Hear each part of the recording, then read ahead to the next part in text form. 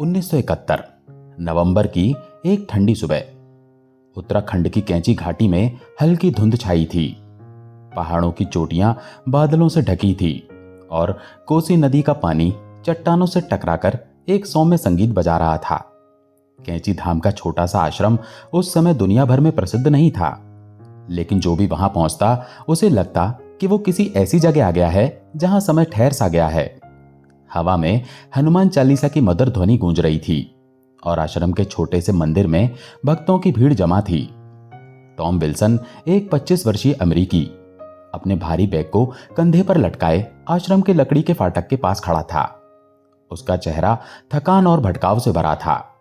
New York की चमक दमक वाली दुनिया में वो एक होनहार इंजीनियर था, लेकिन पिछले एक साल ने उसकी जिंदगी को उलट पुलट कर दिया था। उसकी मंगेतर ने उसे छोड़ दिया था, नौकरी चली गई थी और मन में एक अजीब सा खालीपन था। वो भारत क्यों आया, ये उसे खुद भी पूरी तरह समझ नहीं आया था। शायद वो कुछ ढूंढ रहा था, शांति, जवाब या शायद एक नई शुरुआत। टॉम ने अपने बैग को नीचे रखा और आश्रम की ओर देखा। लकड़ी का फाटक सादा था और उसके ऊपर एक छोटा सा बोर्ड लगा था जिस पर लिखा था कैंची धाम हनुमान मंदिर। उसने सुना था कि यहां एक संत रहते हैं जिन्हें नीम करौली बाबा कहते हैं। लोग उनके चमत्कारों की बातें करते थे, लेकिन टॉम को इन बातों पर यकीन नहीं था। वो एक वैज्ञानिक दिमाग वाला इंसान था जो तर्क और सबूतों पर विश्वास करता था। फिर भी उसके मन में एक जिज्ञासा थी, शायद ये जगह उसे कुछ जवाब दे सके। बाबा कहाँ है? टॉम ने एक स्थानीय भक्त से पूछा जो आश्रम के बाहर बैठा चाय की चुस्कियां ले रहा था। वो एक अधेड़ उम्र का व्यक्ति था जिसके चेहरे पर एक शांत मुस्कान थी। वहां हनुमान मंदिर के पास, उसने इशारा करते हुए कहा। कंबल उड़े हुए मिलेंगे। टॉम ने मंदिर की ओर कदम बढ़ाए। आश्रम का परिसर छोटा लेकिन सुंदर था। मंदिर के सामने एक छोटा सा चबूतरा था जिस पर कुछ भक्त बैठे थे। वहां एक पेड़ के नीचे एक साधारण सा व्यक्ति बैठा था। उसने एक पुराना हल्का सफेद कंबल ओढ़ रखा था और उसकी आंखों में एक अनोखी चमक थी। उसका चेहरा इतना सादा और शांत था कि वो किसी गांव के बुजुर्ग की तरह लग रहा था। टॉम को देखते ही वो मुस्कुराए। आजा बेटा, बाबा ने कहा। उनकी आवाज में एक गहरी शांति थी। टॉम थोड़ा हिचकिचाया। वो नीम करौली बाबा के बारे में सुन चुका था, कहानियां, चमत्कार और उनकी सादगी, लेकिन सामने बैठा ये व्यक्ति इतना साधारण लग रहा था कि टॉम को यकीन नहीं हो रहा था कि ये वही संत हैं जिनके भक्त दुनिया भर में फैले हैं। मुझे नहीं पता मैं यहां क्यों आया, टॉम ने धीरे से कहा। उसकी आवाज में एक हल्की सी निराशा थी। कोई बात नहीं, बाबा ने हंसते हुए कहा। हनुमान जी ने बुलाया है, वही रास्ता दिखाएंगे। बाबा ने अपने कंबल को थोड़ा ठीक किया और पास रखी एक छोटी सी पोटली से एक पुराना कंबल निकाला। ये रख, उन्होंने टॉम की ओर कंबल बढ़ाते हुए कहा। यह तुम्हें रास्ता दिखाएगा। टॉम ने कंबल लिया, लेकिन उसके मन में सवाल उठ रहे थे। ये कंबल, ये तो बस एक साधारण कपड़ा है, इसमें क्या खास है?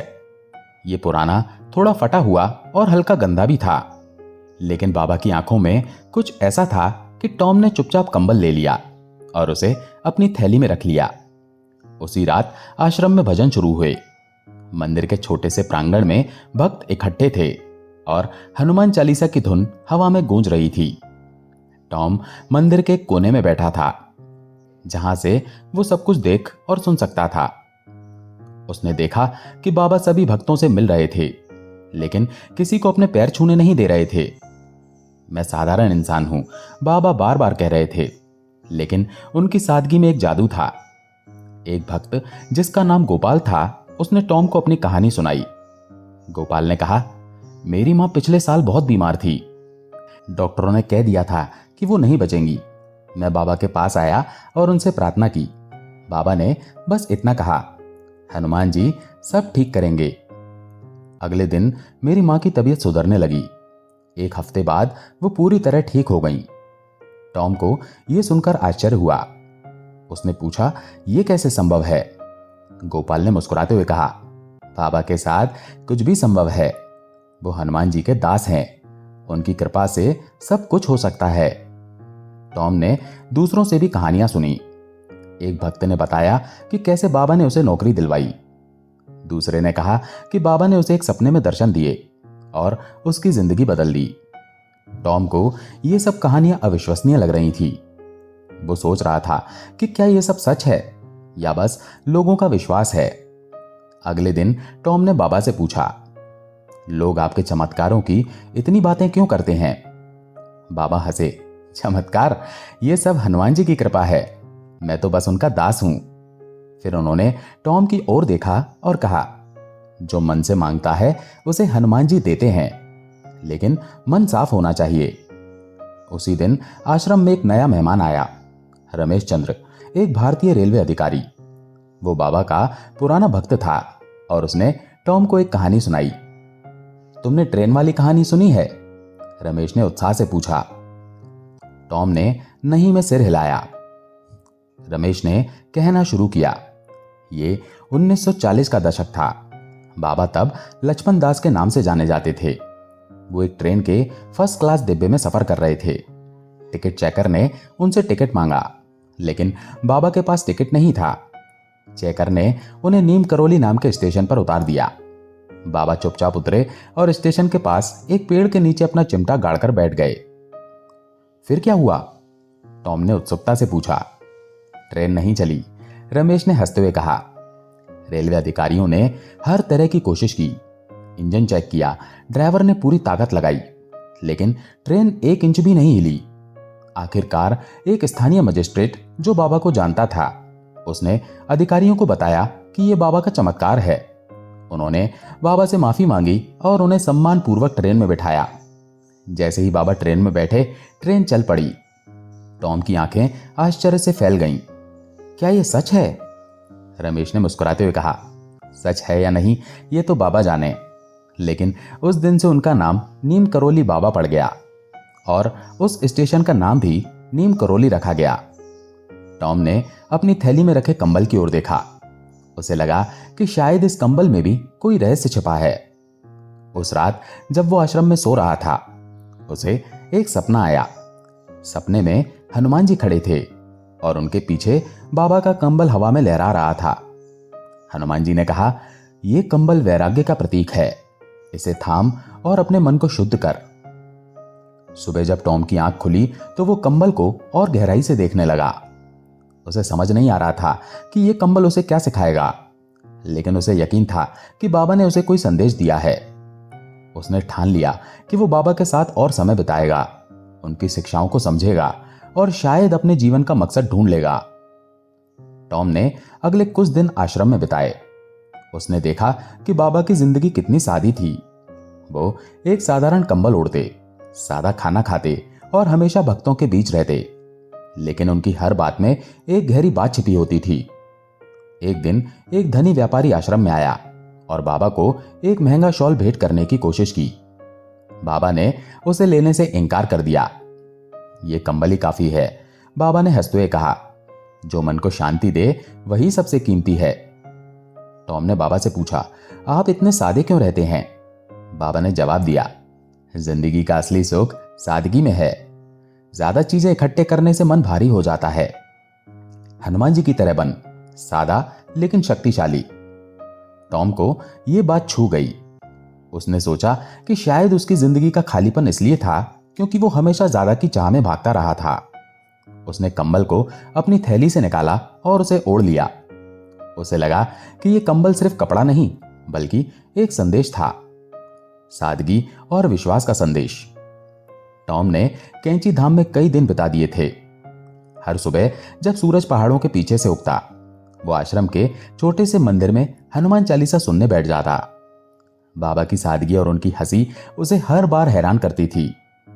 वो सोचता कि ये व्यक्ति जिसके पास न धन है न कोई भौतिक सुख, फिर भी इतना खुश कैसे रहता है।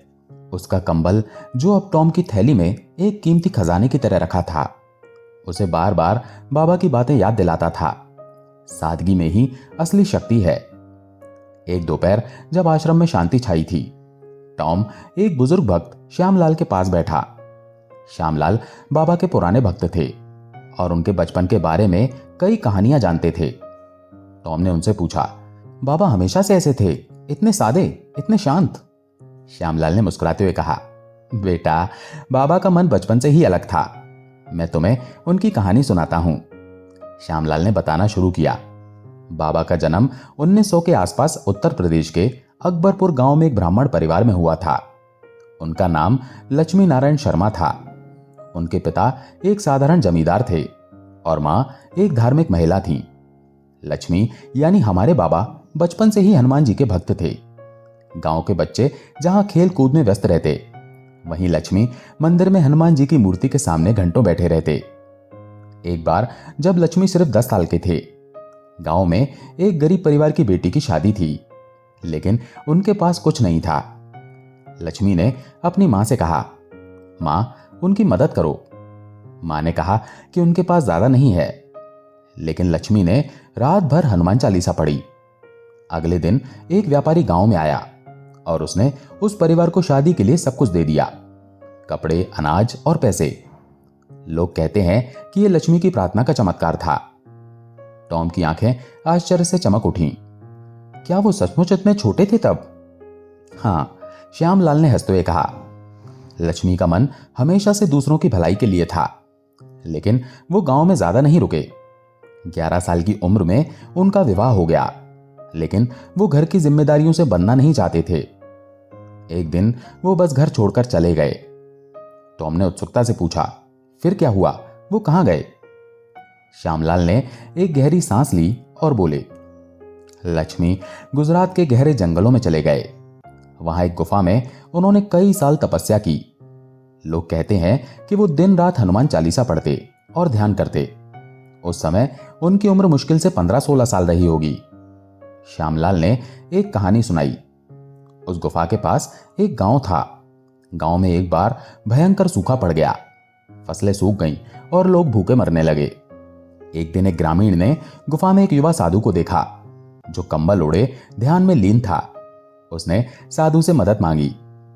लक्ष्मी ने उससे कहा, हनुमान जी के मंदिर में जाओ और चालीसा पढ़ो। ग्रामीण ने वैसा ही किया। कुछ ही दिनों में बारिश हुई और गांव फिर से हरा भरा हो गया। उसके बाद श्यामलाल ने कहा, लोग उन्हें सिद्ध पुरुष मानने लगे, लेकिन लक्ष्मी कभी रुके नहीं।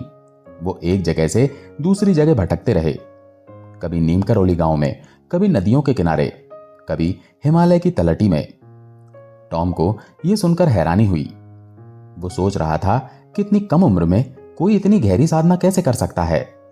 उसने श्यामलाल से पूछा, क्या बाबा को कभी डर नहीं लगा, अकेले जंगल में बिना किसी सहारे के? श्यामलाल ने मुस्कुराकर कहा, डर? बाबा का हनुमान जी पर अटूट विश्वास था। वो कहते थे, हनुमान जी मेरे साथ हैं, फिर डर किस बात का? टॉम ने आश्रम में और समय बिताना शुरू किया। वो हर दिन बाबा के पास जाता और उनकी बातें सुनता। एक दिन बाबा ने उसे मंदिर के पास बुलाया और कहा, बेटा, ये जगह खास है, ये हनुमान जी का धाम है। टॉम ने पूछा, बाबा, इस आश्रम की शुरुआत कैसे हुई? बाबा ने हंसते हुए कहा, यह सब हनुमान जी की इच्छा थी। फिर उन्होंने एक छोटी सी कहानी सुनाई। 1960 के दशक में मैं यहां आया। ये घाटी शांत थी, लेकिन यहां कोई मंदिर नहीं था। मैंने सोचा हनुमान जी का एक धाम होना चाहिए, जहां लोग उनका नाम ले सकें। बाबा ने बताया कि 1964 में उन्होंने कैंची धाम में हनुमान मंदिर की स्थापना की, लेकिन यह मंदिर मेरे लिए नहीं है। बाबा ने कहा, यह उन सभी के लिए है जो शांति और भक्ति की तलाश में आते हैं। टॉम ने देखा कि मंदिर की सादगी बाबा की तरह ही थी। कोई भव्यता नहीं, कोई दिखावा नहीं, बस एक छोटा सा मंदिर जिसमें हनुमान जी की मूर्ति थी। बाबा ने कहा, भक्ति में दिखावा नहीं चाहिए, सच्चा मन चाहिए। टॉम को बाबा की बातें गहरे तक छू रही थी। वो हर रात उस कंबल को अपनी थैली से निकालता और उसे देखता। उसे लगता कि यह कंबल सिर्फ कपड़ा नहीं, बल्कि बाबा की शिक्षाओं का प्रतीक है। एक रात उसने कंबल ओढ़कर ध्यान करने की कोशिश की। उसे लगा कि उसका मन शांत हो रहा है। न्यूयॉर्क की भागदौड़, उसका टूटा रिश्ता और उसका खालीपन, यह सब अब इतना भारी नहीं लग रहा था। एक दिन टॉम ने बाबा से पूछा, मैं अपने मन को शांत कैसे रखूं? मेरे अंदर इतना गुस्सा और दुख है। बाबा ने हंसते हुए कहा, गुस्सा और दुख तो मन की गंदगी है, उसे हनुमान जी को दे दे। रोज चालीसा पढ़ और दूसरों की सेवा कर, मन अपने आप शुद्ध हो जाएगा। टॉम ने वैसा ही किया। वो आश्रम में भक्तों की मदद करने लगा। कभी मंदिर की सफाई करता तो कभी भोजन परोसने में मदद करता। उसे लगने लगा कि बाबा की बातें सचमुच उसके जीवन को बदल रही हैं। एक दिन आश्रम में एक नया मेहमान आया। माया, एक युवा लड़की जो पास के गांव से थी। उसके चेहरे पर उदासी थी और वो बाबा के पास अपनी कहानी लेकर आई। बाबा, मेरे पिता बीमार हैं और हमारे पास इलाज के लिए पैसे नहीं हैं, उसने रोते हुए कहा। बाबा ने उसे शांत किया और कहा, हनुमान जी सब ठीक करेंगे, तुम बस विश्वास रखो। फिर उन्होंने माया को एक छोटा सा हनुमान चालीसा का पाठ दिया और कहा, इसे रोज पढ़ो। टॉम ने देखा कि माया हर दिन मंदिर में बैठकर चालीसा पढ़ती थी। कुछ ही दिनों बाद एक स्थानीय डॉक्टर माया के गांव आया और उसके पिता का मुफ्त इलाज किया। माया की आंखों में आंसू थे, लेकिन इस बार खुशी के। उसने बाबा को धन्यवाद दिया, लेकिन बाबा ने कहा, यह सब हनुमान जी की कृपा है। टॉम को यह देखकर हैरानी हुई। वो सोचने लगा कि शायद बाबा के चमत्कार सचमुच हनुमान जी की कृपा है। उसने अपनी थैली से कंबल निकाला और उसे फिर से ओढ़ा। उसे लगा कि इस कंबल में बाबा की सादगी और उनकी शक्ति दोनों समाई हैं। कैंची धाम की शांत घाटी में टॉम का हर दिन एक नई सीख लेकर आता था। वो अब आश्रम का हिस्सा बन चुका था। सुबह सुबह मंदिर की सफाई करना, भक्तों के साथ भजन गाना और बाबा की बातें सुनना उसकी दिनचर्या का हिस्सा बन गया था। उसका मन, जो पहले न्यूयॉर्क की भागदौड़ में खोया रहता था, अब धीरे धीरे शांत हो रहा था। उसकी थैली में रखा कंबल अब सिर्फ एक कपड़ा नहीं था, यह बाबा की सादगी और उनके विश्वास का प्रतीक बन चुका था। एक दिन टॉम आश्रम के प्रांगण में बैठा था जब एक नया मेहमान आया। वो एक मध्यम आयु का व्यक्ति था जिसका नाम अशोक मेहता था। अशोक दिल्ली का एक व्यापारी था जिसके चेहरे पर चिंता की गहरी लकीरें थीं। वो बाबा के पास अपनी कहानी लेकर आया था।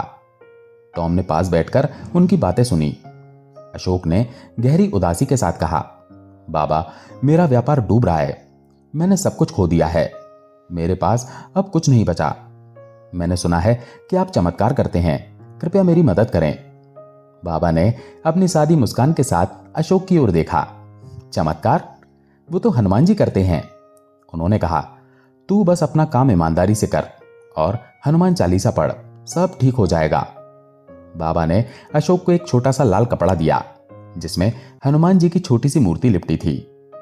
इसे अपने पास रख, बाबा ने कहा, यह तुझे हिम्मत देगा। अशोक ने मूर्ति ली और चुपचाप मंदिर की ओर चला गया। टॉम ने देखा कि वो घंटों तक हनुमान चालीसा पढ़ता रहा। कुछ दिन बाद अशोक फिर आश्रम लौटा। इस बार उसके चेहरे पर मुस्कान थी। उसने बाबा के सामने सिर झुकाया और कहा, बाबा, आपकी कृपा से मेरा व्यापार फिर से चल पड़ा। एक पुराना ग्राहक मेरे पास आया और उसने मेरा सारा कर्जा चुकाने में मदद की। ये सब आपकी वजह से हुआ। बाबा ने हंसते हुए कहा, ये मेरी वजह से नहीं, हनुमान जी की कृपा से हुआ।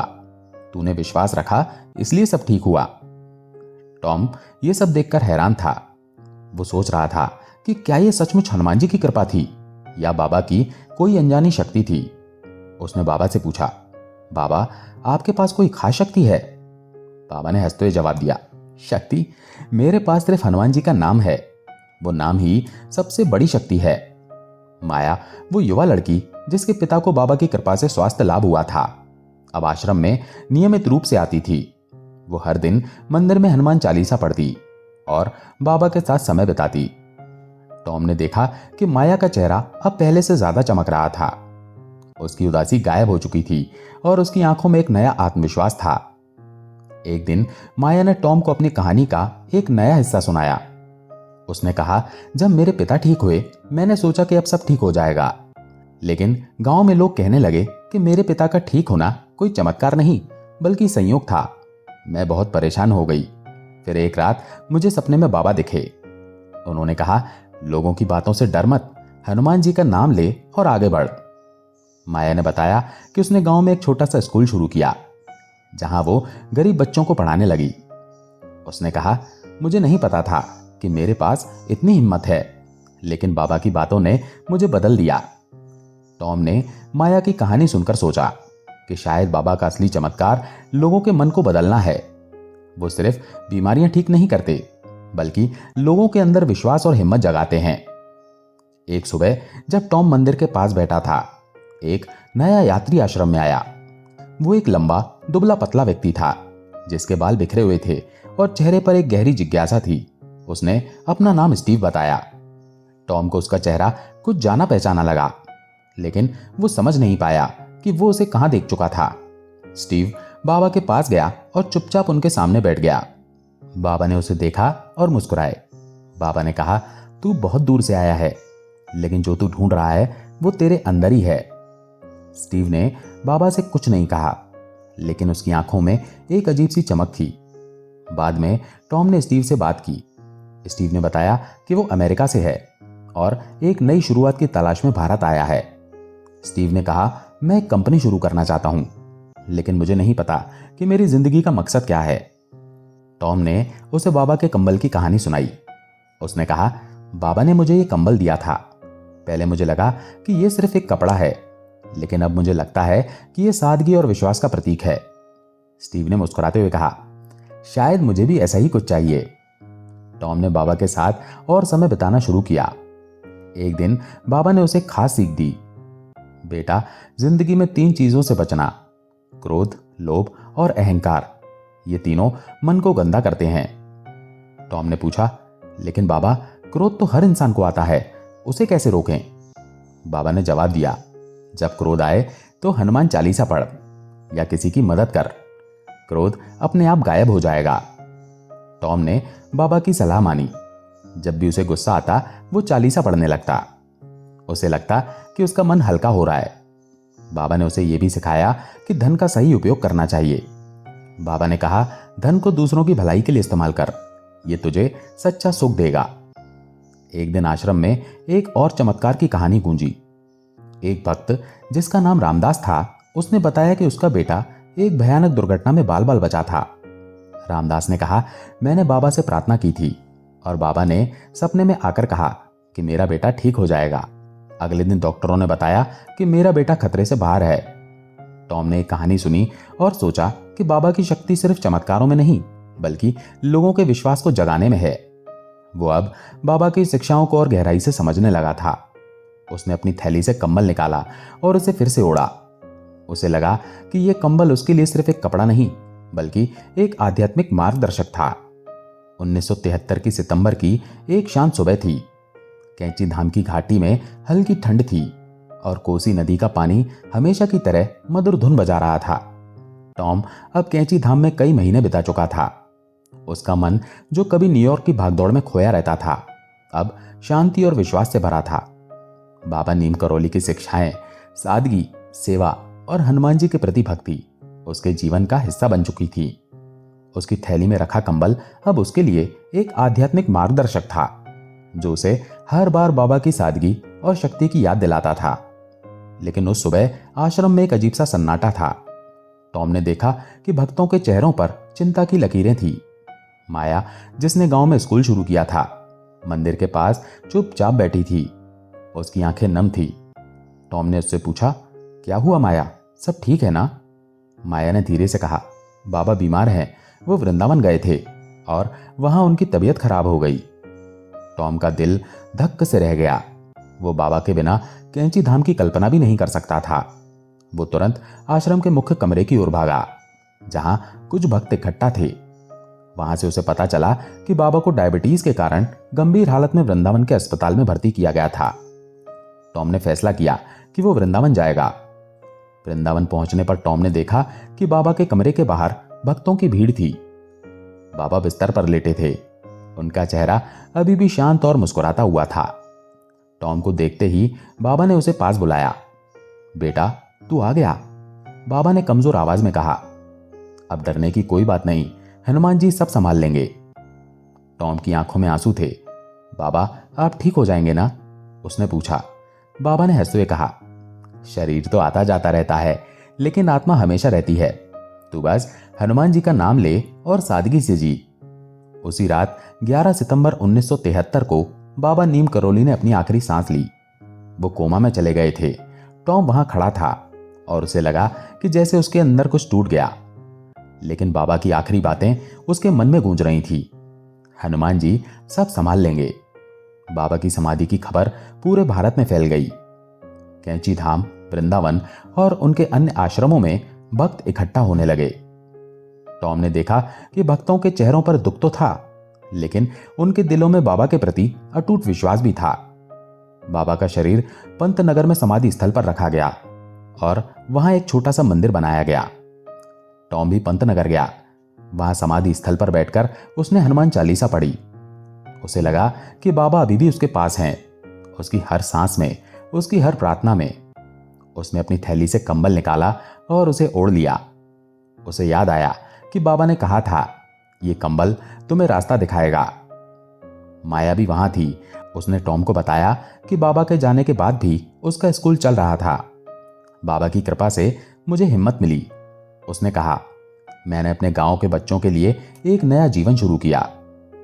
टॉम ने देखा कि बाबा की शिक्षाएं उनके जाने के बाद भी जीवित थीं। कैंची धाम में भक्तों की भीड़ बढ़ने लगी थी। लोग दूर दूर से आते थे, हनुमान चालीसा पढ़ते थे और बाबा की सादगी से प्रेरणा लेते थे। वृंदावन में बाबा की समाधि के बाद टॉम ने स्टीव से फिर मुलाकात की। स्टीव अब पहले से ज्यादा शांत और आत्मविश्वासी लग रहा था। उसने टॉम को बताया, बाबा ने मुझे सिखाया कि जिंदगी का मकसद सिर्फ पैसा कमाना नहीं है। मैं वापस अमेरिका जा रहा हूं और एक ऐसी कंपनी शुरू करूंगा जो लोगों की जिंदगी को बेहतर बनाए। टॉम को स्टीव की बातों में बाबा की शिक्षाएं सुनाई दी। उसने स्टीव से पूछा, तुम्हें बाबा से क्या मिला? स्टीव ने मुस्कुराते हुए कहा, सादगी और विश्वास। उन्होंने मुझे सिखाया कि अगर तुम अपने काम में ईमानदार हो और दूसरों की भलाई चाहते हो तो हनुमान जी तुम्हारा साथ देंगे। स्टीव ने टॉम को अलविदा कहा और अपने नए सपने के साथ अमेरिका लौट गया।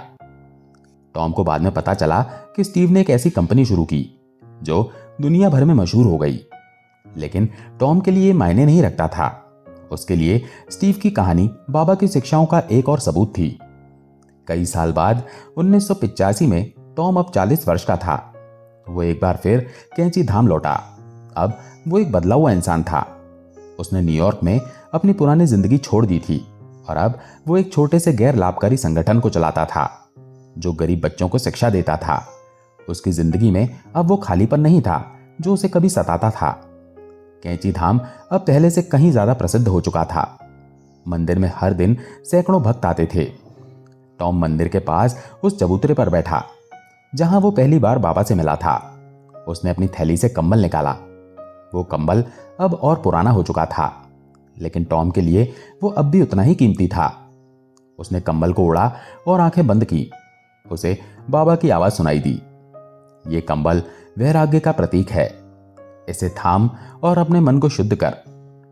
टॉम को अब समझ आ गया था कि कंबल सिर्फ एक कपड़ा नहीं था, यह बाबा की सादगी, उनके विश्वास और उनकी शक्ति का प्रतीक था।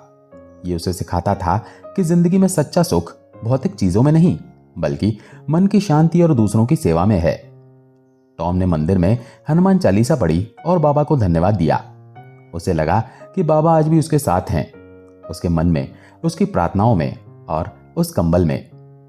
टॉम ने कैंची धाम में कई घंटे बिताए। उसने देखा कि बाबा की शिक्षाएं आज भी जीवित थीं। कैंची धाम अब लाखों लोगों के लिए प्रेरणा का स्रोत बन चुका था। लोग यहां आते थे, हनुमान चालीसा पढ़ते थे और बाबा की सादगी से प्रेरणा लेते थे। माया का स्कूल अब पूरे जिले में मशहूर था। अशोक का व्यापार फिर से फल फूल रहा था और स्टीव की कंपनी ने दुनिया भर के लोगों की जिंदगी को बदल दिया था। टॉम ने फैसला किया कि वो बाबा की शिक्षाओं को और लोगों तक पहुंचाएगा। उसने अपनी जिंदगी बाबा की तरह सादगी और सेवा को समर्पित कर दी। उसने अपने संगठन को और बड़ा किया और भारत के कई गांवों में बच्चों के लिए स्कूल खोले। हर बार जब वो किसी बच्चे की मुस्कान देखता, उसे बाबा की हंसी याद आती। नीम करोली बाबा भले ही शरीर से चले गए थे, लेकिन उनकी शिक्षाएं, उनका प्रेम और उनकी कृपा आज भी कैंची धाम की हवा में गूंजती हैं। और टॉम, जो कभी एक भटका हुआ यात्री था, अब उस कंबल की छाया में अपने जीवन का मकसद ढूंढ चुका था। दोस्तों, आशा है ये कहानी आपको पसंद आई होगी। अगर पसंद आई हो तो वीडियो को लाइक करके कमेंट में जय श्री राम, जय हनुमान जरूर लिखें। जय श्री राम, जय हनुमान।